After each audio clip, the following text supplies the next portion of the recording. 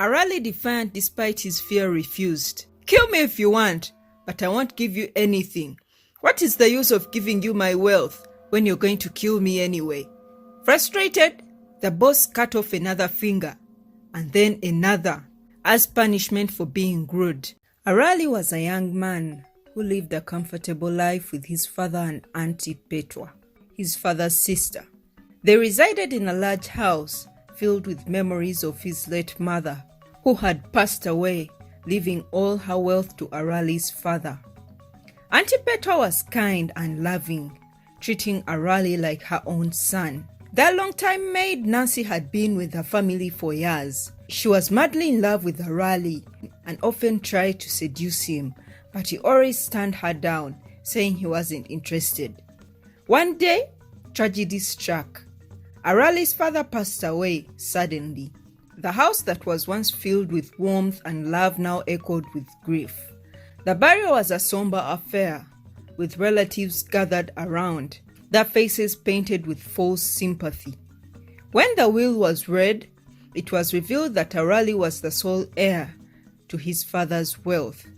The room buzzed with whisper. "He's just a boy," his uncle Peter muttered, his eyes narrowing with envy. "What does he know about managing all that wealth?" Only Auntie Petwa smiled warmly at Arali, her eyes filled with genuine affection. She wrapped him in a comforting embrace, promising to always be there for him. Arali and Auntie Petwa mourned together, the house now eerily quiet without his father. That night, as Auntie Petwa took a bath, Arali sat alone in the living room, lost in thought. Suddenly, the door burst open and a group of masked gunmen stormed in. One of them barked, "Shut up, or we'll kill you and your auntie." Arali's heart raced. They grabbed him roughly, dragging him outside to a waiting car. Tears streamed down his face as he glanced back at the house, his vision blurring as they blindfolded him. The car sped through the night, the men silent and tense. Suddenly, one of the kidnappers demanded the car to stop, saying he needed to pee.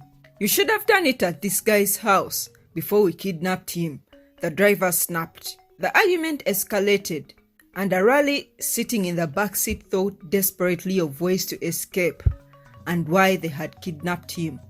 But before he could act, he heard a sickening sound, a panga slicing through flesh. The men in the car laughed cruelly.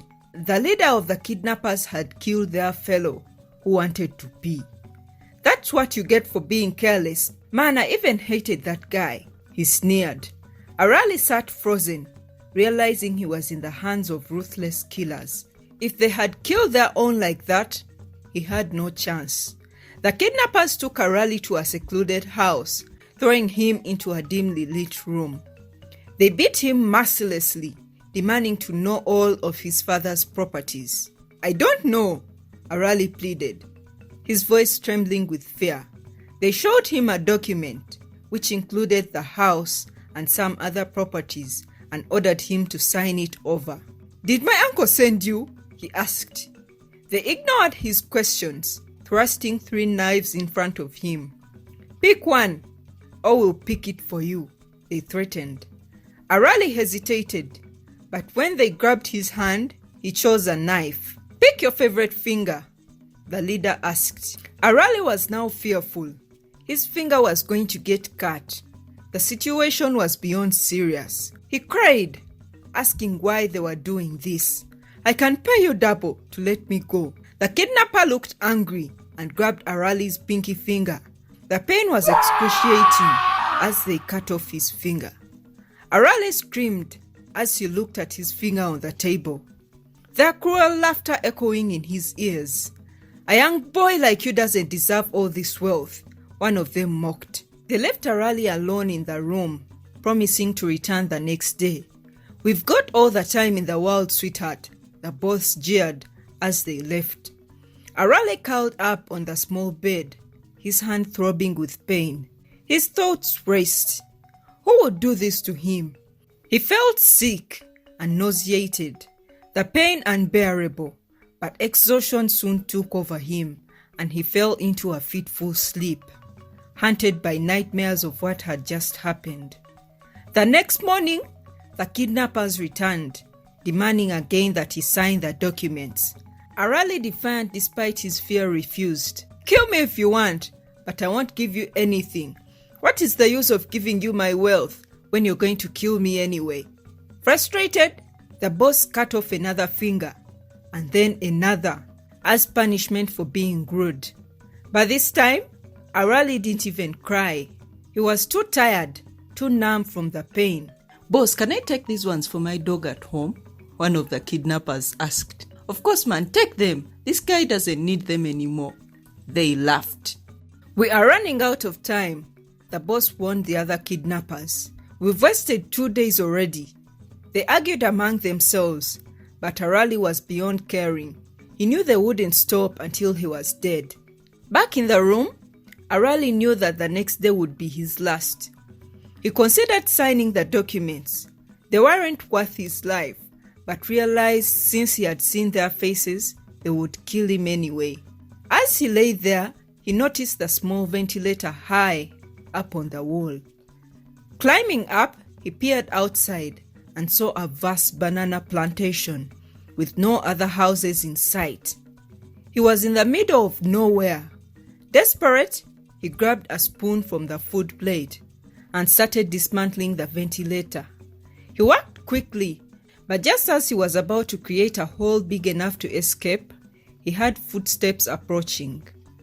He quickly put the ventilator back in place and jumped down. The kidnappers entered the room. "The boss has arrived. There is a change in plans, bro.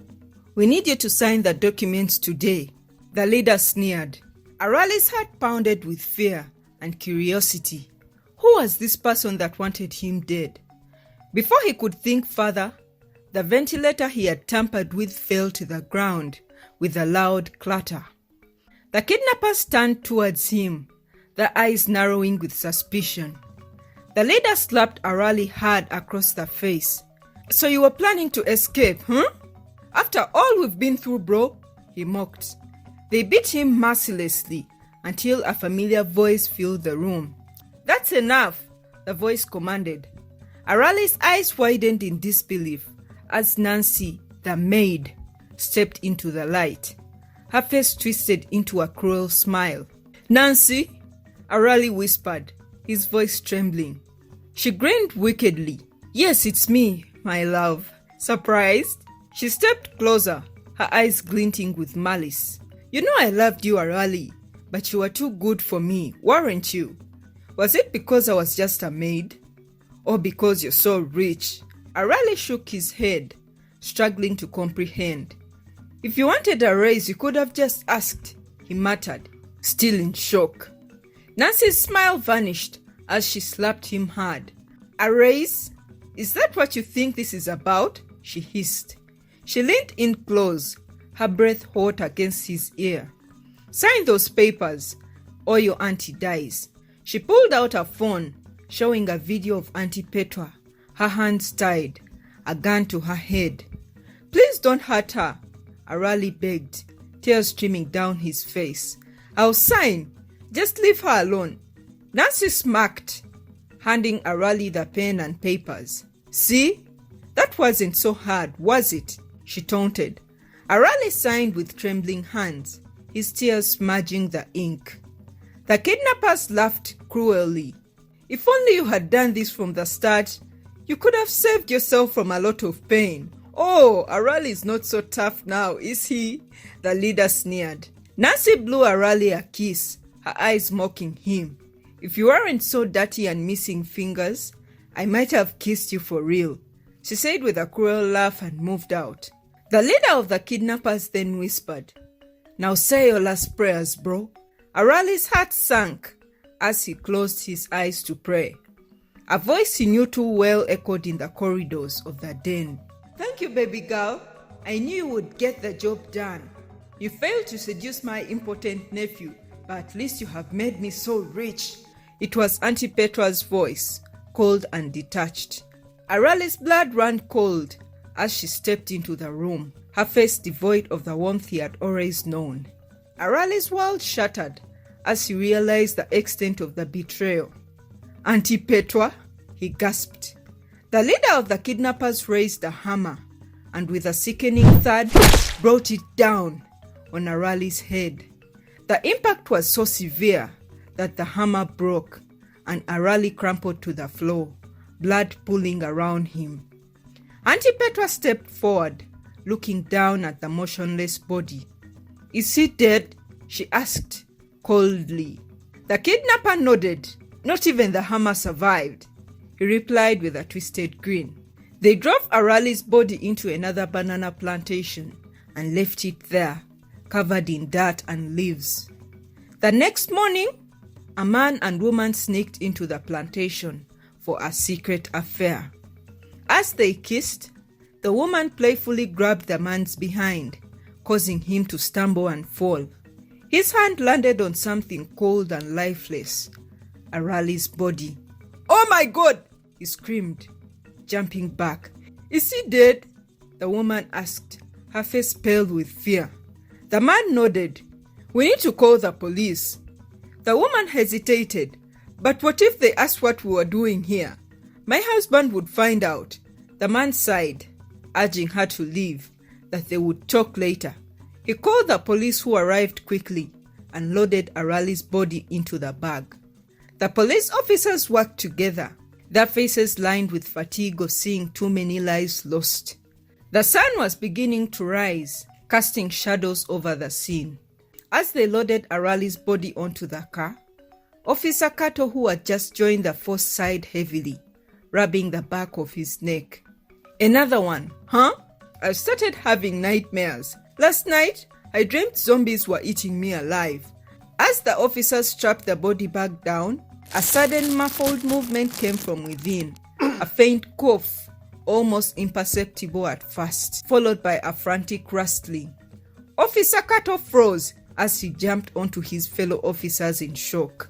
"Did you hear that?" His voice tinged with fear. "Oh my God, he's alive," another officer said. The officers scrambled to unzip the body bag, revealing Arali's pale, battered face. He was coughing, gasping for air, fighting to free himself from the bag that had nearly become his coffin. The officers stood back, stunned in silence as Arali clawed his way out, trembling and disoriented. "We need to get him to the hospital now," Officer Kato finally snapped out of his shock, rushing to help Arali to his feet. Arali, barely conscious, collapsed into his arms. The world around him faded into darkness once more as they rushed him to the nearest hospital. For weeks, Arali drifted in and out of consciousness, his dreams tangled with nightmares of betrayal, pain, and darkness. The hospital room was a blur of white sheets, distant beeping machines, and concerned faces he didn't recognize. He was an unidentified patient. One morning, as the sunlight filtered through the thin curtains, Arali's eyes fluttered open. The pain in his hand was a dull throb, a constant reminder of the fingers he had lost. He lifted his hand, seeing only 2 fingers remaining, and the reality of his situation came crashing down on him. Tears streamed down his face as memories of the nightmarish ordeal flooded his mind. A doctor entered the room, her expression one of quiet concern. "You are awake?" she said gently, noticing the tears in his eyes. "Do you remember what happened?" Arali nodded weakly. "Am I alive?" "Yes, you are," the doctor replied, her voice soft but firm. "You're safe now, but you've been through something terrible." "I wish I was dead," Arali whispered, his voice breaking. The doctor paused, a flicker of sadness in her eyes. "Survival is the first step, but healing comes afterwards. We'll help you through it." Arali turned away, unable to face the truth of her words. "Please call the police. I need to tell them everything." With the police by his side, Arali returned to the home that once held all his memories. He knew his auntie would be around, so they could arrest her. The place that should have been a sanctuary felt like a house of shadows, tainted by betrayal. As they approached the front door, a man opened it, a stranger who claimed to own the house now. "This is my house," Arali insisted, his voice trembling with anger and disbelief. "My auntie forced me to sign it over to her. It's not her house." The man, a businessman with a cold, calculating voice, shook his head. "I bought this house legally, with documents signed by your aunt that prove that it belongs to me. If you have any issue, take it to court, but I'm not leaving after having paid a lot of money for this house. Anyway, your auntie told me she already left the country after I paid her. At least that's what she told me." Arali felt a wave of despair crash over him. The police assured him that they would investigate, but the reality of the situation was clear. His auntie had taken everything from him, and now even his home was gone. Disillusioned and broken, Arali wandered the streets, seeking refuge with family members who turned him away with cold hearts and closed doors. He was no longer the heir to a fortune, but a poor, disfigured young man with nowhere to go. He decided to sleep on the street, haunted by the memories of what he had lost. That night, as he sat on the cold, hard sidewalk, he saw a familiar figure in the distance. Nancy, the maid who had betrayed him so cruelly, was walking down the street, carrying shopping bags, a picture of comfort and contentment. Rage and pain welled up inside Arali, but before he could act, his new button phone provided by the police buzzed in his pocket. It was the police, informing him that his aunt had not left the country. "We checked her travel records. She's still here." Arali informed them that he had set his eyes on Nancy as well, and she was right there in front of him. "Follow Nancy discreetly, and we'll be right behind you," the officer instructed. Determined to find the truth, Arali followed Nancy, staying close enough to keep her in sight, but far enough to avoid detection. She led him to a large house in an affluent neighborhood. Arali climbed the perimeter wall and jumped stealthily into the yard, his heart pounding in his chest as he peered through a window. Inside, he saw the last faces he ever expected to see together. Auntie Petwa, Nancy, and the leader of the kidnappers. They were arguing. The tension in the room was palpable. "I want my final share now, before you leave," the kidnapper demanded, his voice harsh and threatening. Auntie Petwa sneered, her voice dripping with disdain. "You'll get your money. Remember, we had a deal. I would pay your last share when I'm out of here. I can't risk you exposing me." Nancy tried to intervene, her voice shaky. "We need to leave tonight. The longer we stay, the more dangerous it gets." Suddenly, Arali's phone rang, the sound piercing through the tense atmosphere like a knife. All three heads snapped towards the window, their eyes locking onto him with a mixture of shock and fury. "It's Arali!" Auntie Petwa screamed. "Get him!" Arali turned and ran, his legs moving on instinct, his mind numb with fear. He scrambled over the wall, but before he could climb, he felt rough hands grabbing him, dragging him down. He was thrown to the ground, surrounded by the three people who had ruined his life. You should be dead!" Auntie Petwa spat, her voice filled with venom. "How are you still alive?" "You're a coward, Auntie Petwa," Arali cried, tears streaming down his face. "You betrayed me, the only family I had left." "Why? I would have shared everything with you, Auntie Petwa.